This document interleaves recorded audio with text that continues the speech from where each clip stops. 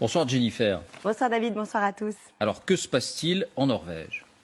Eh bien, 33 personnes sont décédées après avoir reçu une première injection du vaccin. Ces informations sont vraies. Ce sont les autorités sanitaires norvégiennes qui les ont signalées. Toutes étaient très âgées, plus de 80 ans, en maison de retraite et avaient souvent des comorbidités. Elles sont décédées dans les 6 jours après l'injection de la première dose. On n'a pas leur nom, on ne sait pas exactement où ces décès se sont produits, car ce sont des informations confidentielles, mais on sait que 13 d'entre elles étaient très âgées, très fragiles et atteintes de maladies graves. Mais est-ce que ces personnes sont mortes du Covid? Alors non, sur aucune d'entre elles, le virus n'a été identifié. On soupçonne plutôt les effets secondaires du vaccin, fièvre, diarrhée, nausées, qui, sur des personnes très fragiles et très âgées, auraient pu avoir un effet mortel.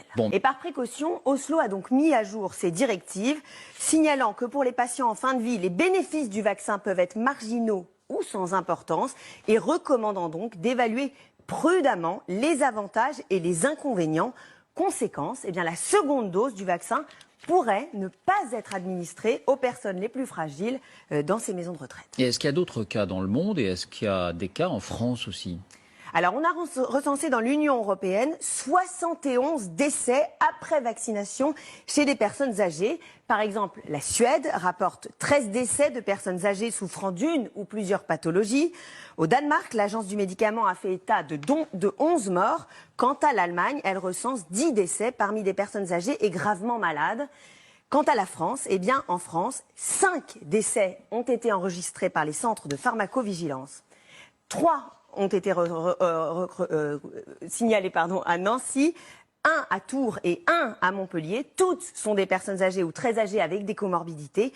On a beaucoup parlé notamment d'une personne décédée peu après la vaccination.